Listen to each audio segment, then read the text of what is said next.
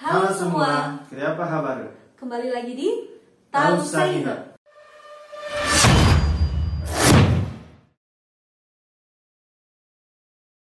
Pada video kali ini kami akan membahas tentang 3 tokoh Sangihe pejuang merah putih di Sulawesi Utara. Tanpa basa-basi lagi, langsung saja kita bahas. Yang pertama,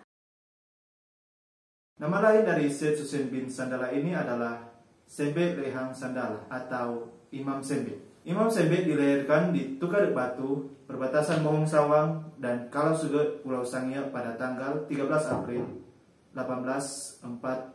Imam Sembe adalah keturunan kelima dari Raja Mahengkelangi yang berkuasa di Kerajaan Tabukan tahun 1700 sampai 1718. Imam Sembe juga berkerabat dengan Raja Kerajaan Sawang bernama Seke dan Datung Seke. Datuk Seke pernah menenggelamkan kapal VOC di Pantai Kolongan dan ditangkap lalu diasingkan ke Afrika. Imam Sembe menikah dengan Hainang Bawoel dan memperanakan Siti Sunia Hadijah Sandala, Mujuna Sandala, Rogaya Sandala, Panjaina Sandala, Aling Sandala, Sanur Sandala, Husna Sandala, dan Awad Sandala. Pada tahun 1857 sampai 1861, Imam Sembe bersekolah di Sending School Kalasuge. Tahun 1861, Imam Sembe pernah melakukan pertemuan dengan Imam Bonjol di Piniling, Minahasa. Imam Sembe juga berkali-kali mengadakan pertemuan dengan Imam Sangihe yang terkenal yang bernama Imam Tubusang, Ibrahim Sandala, Daher Burung, Dadian Sara, dan juga wanita muslim pemberani bernama Sompo Ahu. Dalam pertemuan-pertemuan tersebut, mereka merencanakan perlawanan terhadap Belanda. Rencana mereka diketahui oleh pihak Belanda dan pada tahun 1873, Belanda menyerang kelompok Imam Sembe dan Dadian Sala. Tapi Imam Sembe dan Sompo Ahung berhasil melarikan diri. Dadian Sala yang tertangkap berhasil diselamatkan oleh Imam Sembe dan disembunyikan di kampung Talawit. Dalam konflik itu tercetuslah perang kaum muslim melawan Belanda pada tahun 1873 yang berada di bawah pemimpin Imam Sembe. Dari perlawanan itu, beberapa tokoh akhirnya tertangkap. Tokoh Imam Tubusang diasingkan di Kamboja sampai meninggal di sana pada tahun 1933 dalam usia 99 tahun. Jenazahnya dimakamkan di Viontin, Kamboja Utara. Tokoh lainnya ditangkap dan diasingkan di Maluku. Imam Sembe yang juga ditangkap untuk diasingkan ke Maluku berhasil melarikan diri dan kembali lagi ke Sangihe. Tahun 1891, Imam Sembe tertangkap di Sangihe di penjara, tetapi berhasil meloloskan diri. Perlawanan Imam Sembe masih terus dilakukan sampai tahun 1901.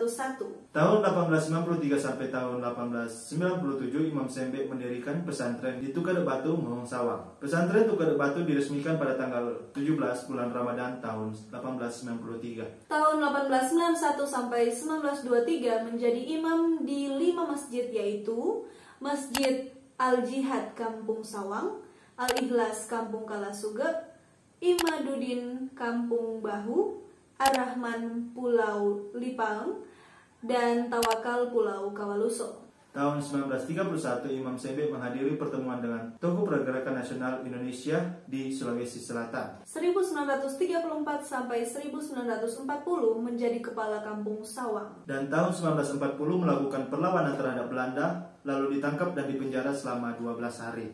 Selama dalam tahanan, Imam Sembe mengalami penyiksaan. Matanya ditusuk dengan besi panas, seterusnya tubuhnya disiram dengan minyak tanah lalu dibakar. Tetapi Imam Sembe tidak mati sampai kemudian dibebaskan lagi. Bajingan. Tanggal 15 Desember 1939, Imam Sembe mengibarkan bendera merah putih di Masjid Al-Jihad Kampung Sawang. Masjid Al-Jihad Sawang saat ini sudah tidak ada lagi karena sebagian besar pemeluk Islam sudah beralih ke Kristen.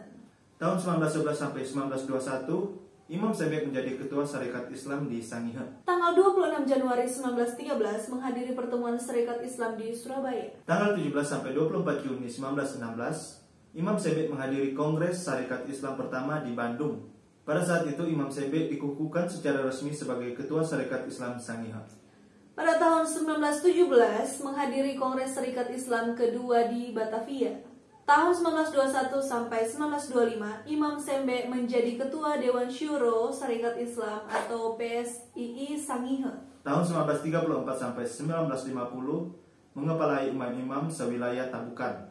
Tahun 1943, Imam Sembe melakukan perlawanan terhadap pemerintah Jepang, lalu ditangkap dan dipenjarakan selama 9 hari. Tahun 1945, Imam Sembe kembali ditangkap oleh tentara Jepang, tetapi hanya dipenjara selama 1 hari saja. 2 orang pengawalnya juga ditangkap, yaitu Sarwe Bentelu dan Ajit Bawel. Tanggal 10 September 1946, Imam Sembe mengibarkan bendera merah putih di Masjid Al-Jihad Sawam. Lalu ditangkap oleh tentara Jepang dan dipenjara selama 7 hari di penjara Tahuna. Imam Sembe bersama 2 orang pengawal yaitu Sarue Bentelu dan Ajit Bawel mengalami penyiksaan oleh tentara Jepang. Seterusnya ditebas lehernya dengan samurai, tetapi tidak mati guys. Ditembak dan ditebas lehernya, tapi tidak mati. Bajingan. Mereka menghilang secara misterius dari lokasi eksekusi. Dia itu. Basongko itu. Songkok men. Next. Pada 23 Juli 1948, Imam Sembe kembali ditangkap oleh tentara Belanda dan dipenjara selama 6 hari di penjara Tahuna.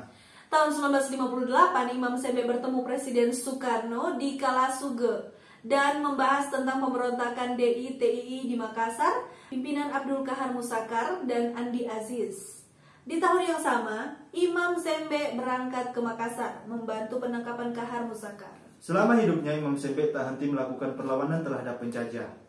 Imam Sembe meninggal dan dimakamkan di Manado pada tanggal 20 Oktober 1971 dalam usia 125 tahun. Oleh keberanian dan peran perjuangannya, Imam Sembe telah memperoleh penghargaan dari negara berupa Bintang Penghargaan sebagai Pejuang Pergerakan Kemerdekaan RI dan Imam Bintang Raja Usia dari Pemda Sulut yang diserahkan oleh Gubernur H.V. Worang pada tanggal 17 Agustus 1968 di Kodam 13 Merdeka. Yang kedua ada tokoh pejuang John Rahasia.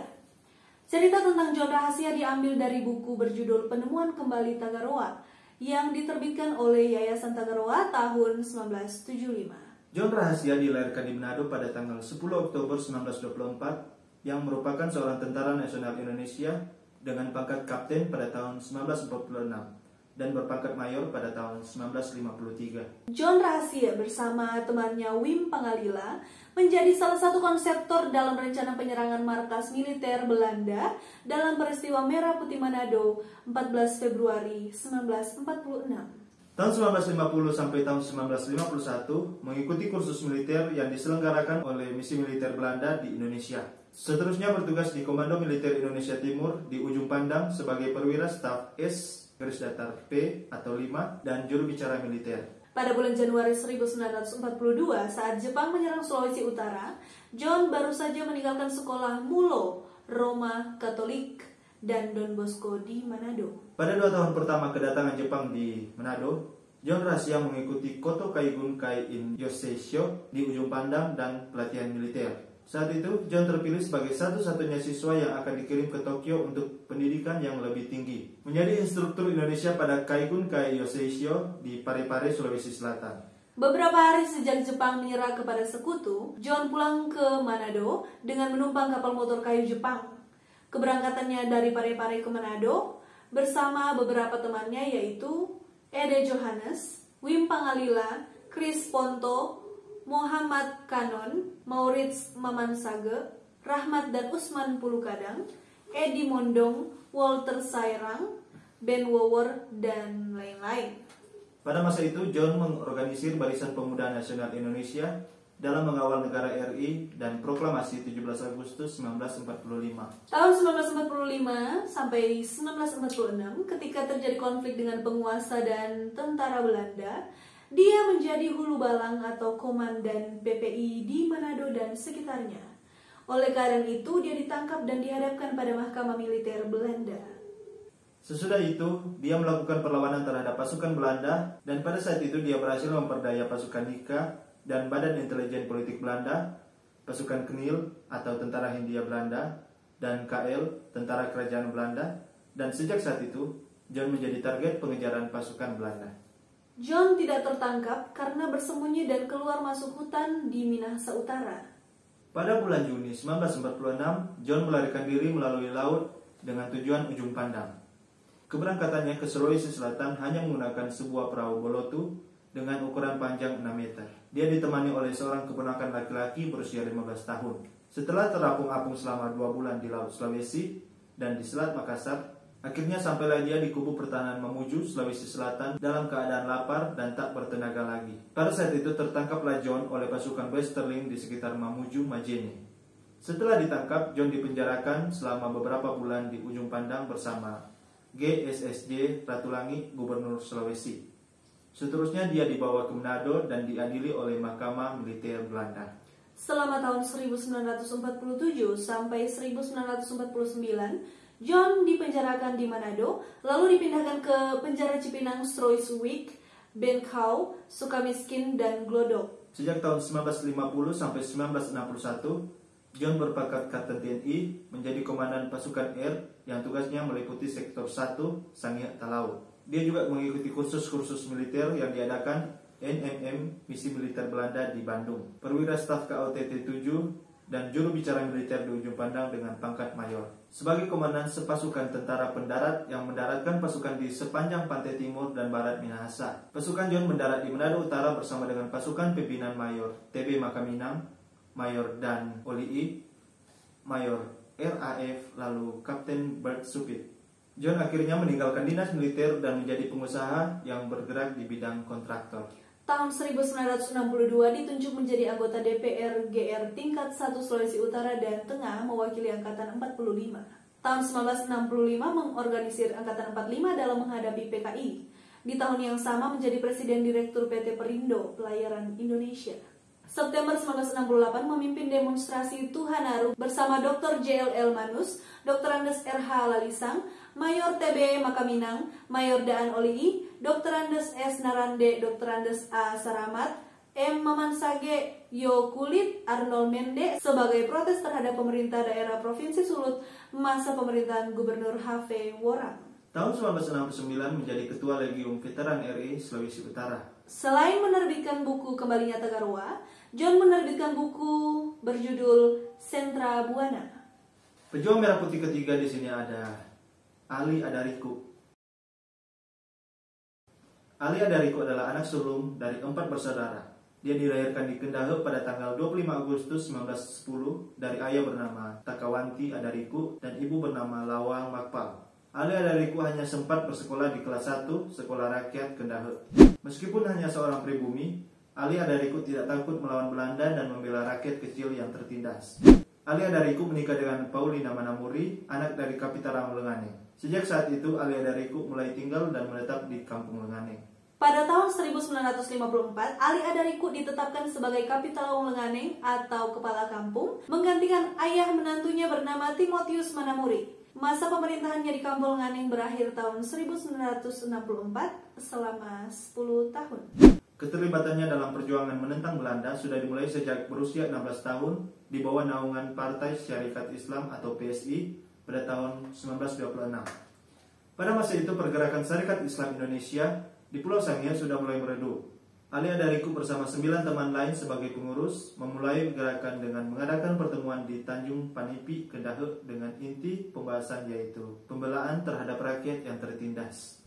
Kepengurusan Serikat Islam Kendahe pada masa itu adalah Sutihati sebagai pemimpin, C.H. Janis, Abdul Saringgoha Samalam, Tonggeng Bulu Makari Sihu, Ali Adariku, Ontak Ali Samalam, Usman Lahade, Soransi Salim, Renoimo Samala Mandiri, Sinangari Janis Tabarang. Pada tahun 1935, Ali Adariku berangkat ke Manado dalam rangka koordinasi dengan pengurus Partai Syarikat Islam Indonesia Manado.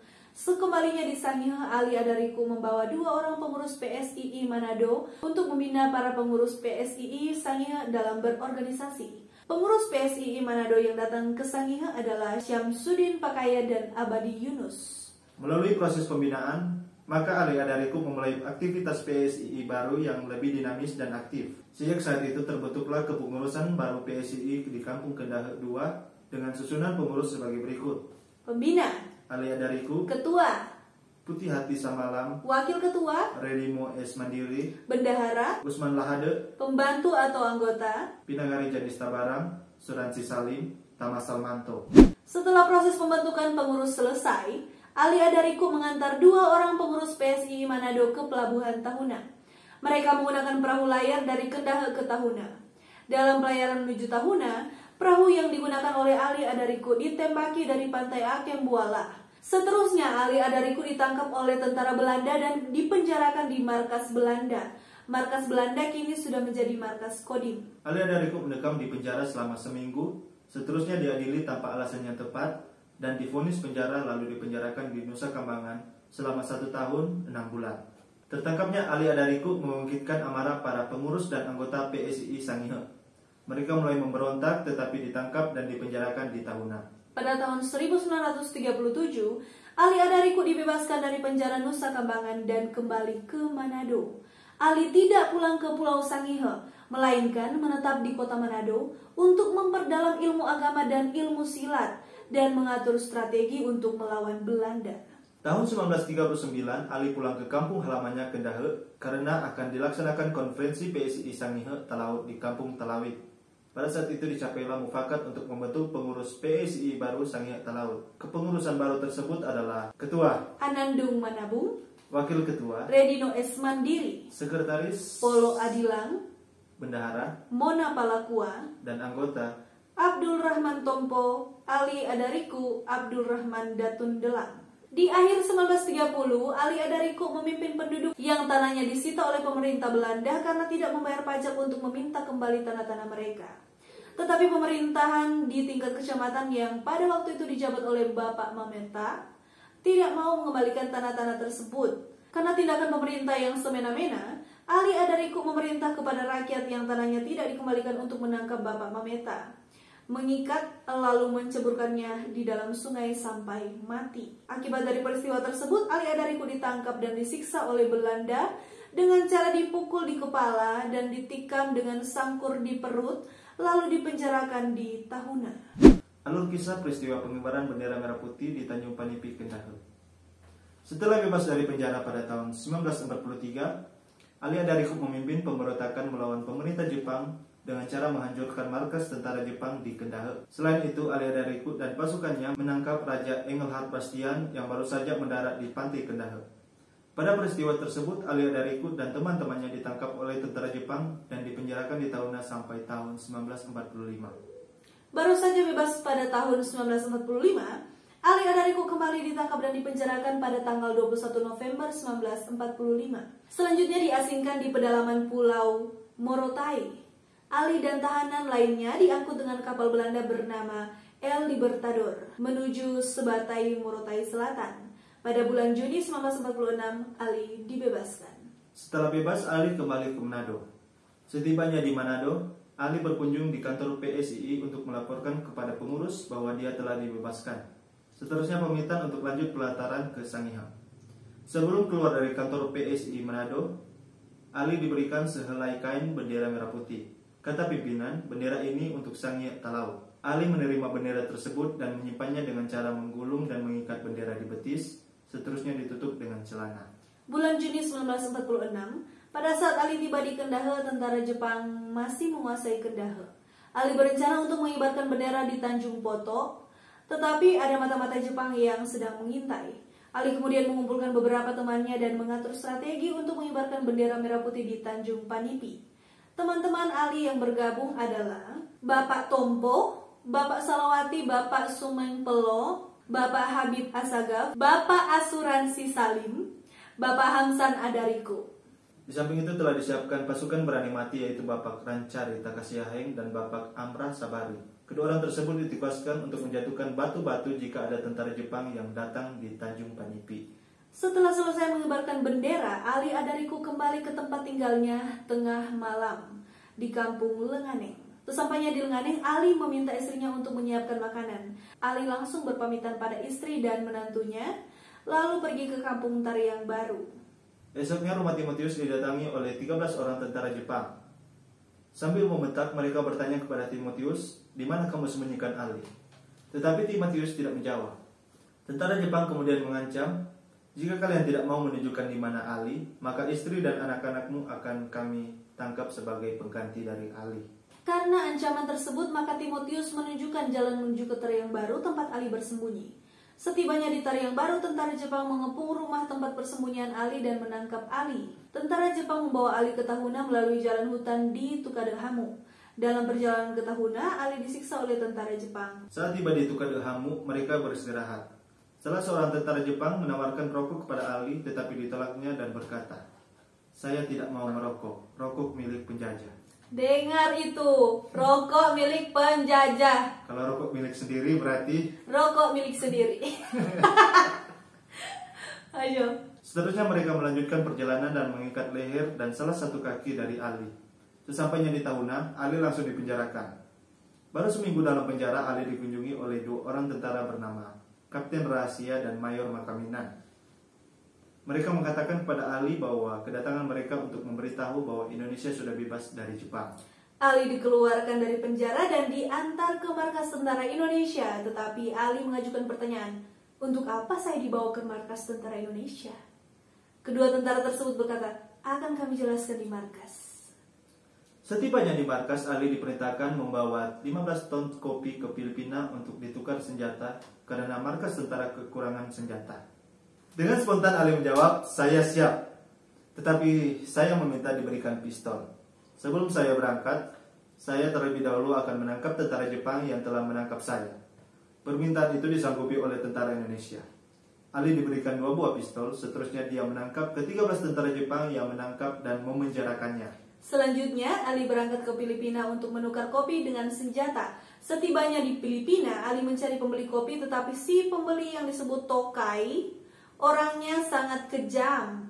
Singkat cerita, Ali menodongkan kedua pistol kepada Tokai dan kopi tersebut dapat ditukar dengan senjata. Ali Adariku tutup usia dan dimakamkan di Kampung Lenganing pada tanggal 4 Juli 1985 dalam usia 75 tahun. Demikianlah kisah sepak terjang perjuangan Ali Adariku melawan penjajah Belanda dan Jepang. Sebagian kisah Ali Adariku sebagai nasionalis tercatat dalam buku sejarah Revolusi Kemerdekaan 1945 sampai 1949 daerah Sulawesi Utara.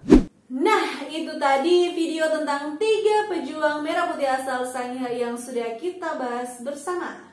Jika ada dari kalian yang tahu tentang tokoh-tokoh orang Sangihe atau keturunan Sangihe yang melegenda dan menginspirasi, langsung DM kita di Instagram atau komen di bawah ya.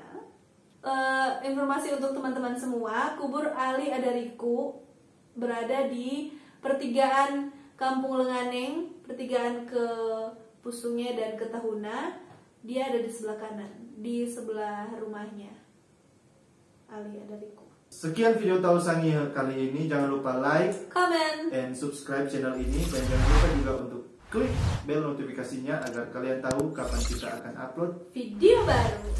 Jangan lupa untuk share video ini sebanyak-banyaknya agar makin banyak yang tahu tentang tokoh-tokoh orang Sangihe atau keturunan Sangihe yang melegenda dan menginspirasi. Sampai jumpa di video kami berikutnya. Kasih wiringang.